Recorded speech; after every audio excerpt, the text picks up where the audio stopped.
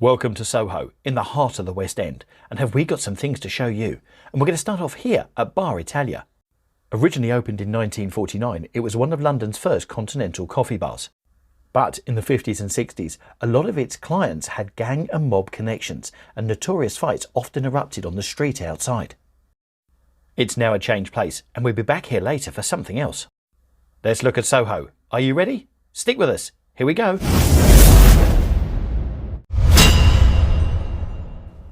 We're darting all over the Soho area, and there's so many different things to see, so we want to bring you a selection of these. There's lots to see and do around the Soho area, but if you like your food, there's lots of places you can eat on the pavements. Here we're looking at the legendary Ronnie Scott's Jazz Club, very famous in the 50s and 60s and still open today for jazz musicians. From a jazz club to classical music over the road. Yes, this is literally over the road. And this is the house in which Wolfgang Amadeus Mozart lived, played and composed between 1764 and 1765. The amazing thing about London is if you just look up, you'll find these blue plaques commemorating things all over the place.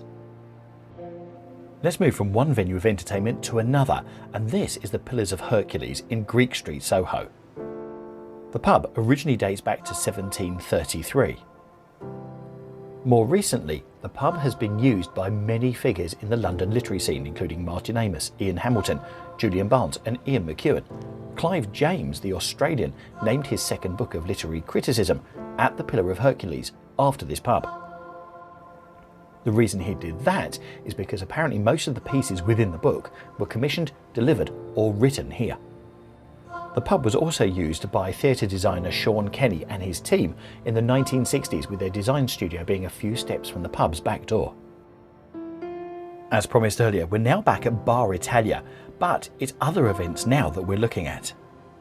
The blue plaque on the wall commemorates that it was here that the first person was to appear on television in 1926. Unlikely as it seems, it was a Soho bicycle delivery boy.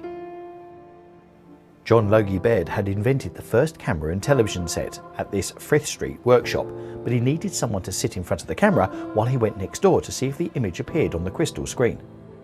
Thankfully for Jim Warder, he happened to be walking past and he asked him to pop in and just stand in front of the camera, and then everything else is history. We move from Frith Street to Dean Street, which runs parallel, and here is the place where Karl Marx lived for 5 years from 1851 to 1856. It's above the restaurant Quo Vadis, and the Marxes shared their house in Dean Street with Italian teachers and a cook, and were very poor while living in the street. Their rooms were described by one visitor as one of the worst, therefore one of the cheapest, quarters in London. It was at this place that Karl Marx and Friedrich Engels got together and wrote many publications during their time together in London. This included the 18th Brumaire of Louis Napoleon, and also newspaper articles concerning global politics and other writings. Most of Soho is quite built up, with lots of restaurants and cafes, but here we found this park just off Shaftesbury Avenue, known as Phoenix Gardens. This place is just one of those little secret hideaways, with benches so you can sit and watch the world go by, but also with a well laid out and carefully thought garden. The garden was set up on a car park in the 1980s, which had itself been established on a World War II bomb site. The site was bombed in 1940.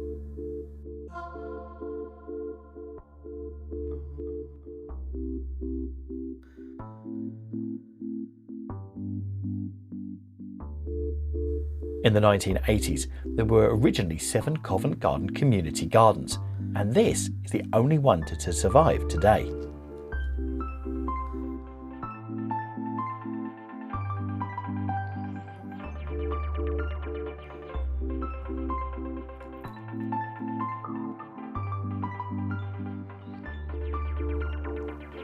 The garden has won first prize for Best Environmental Garden in the Camden in Bloom competition many times. It also holds regular social events, including an annual agricultural show and volunteering workdays.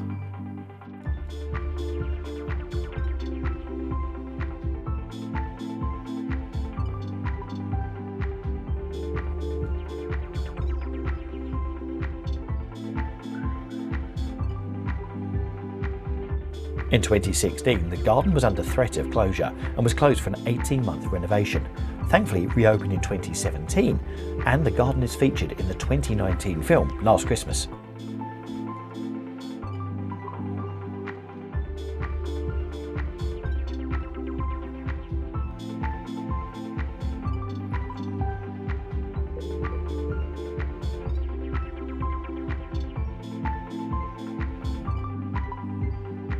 Considering this is in the heart of the West End between Shaftesbury Avenue and Charing Cross Road, it's absolutely incredible that not many people know about it.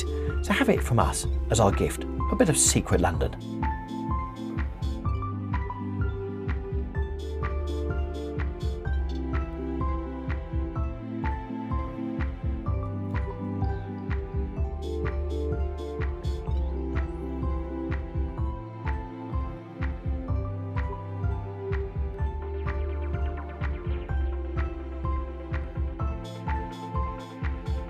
And now to our final stopover in Soho, and this is the Church of St Anne's in Soho.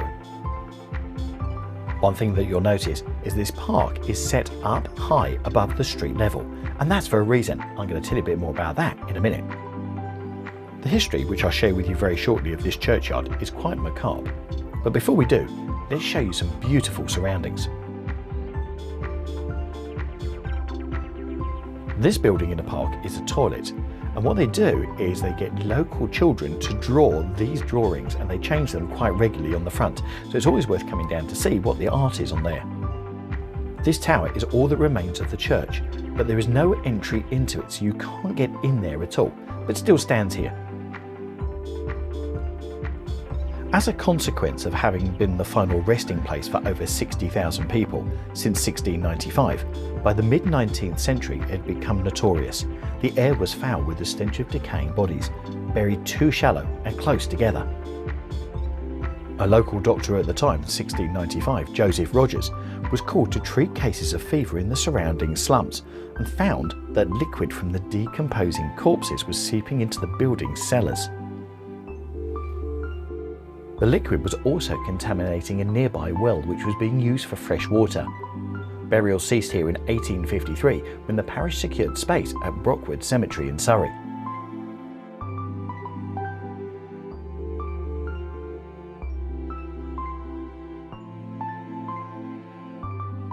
The good news is, since 1894 the churchyard has been a park. A bit of greenery in the middle of Soho just was needed, especially on a beautiful day like today.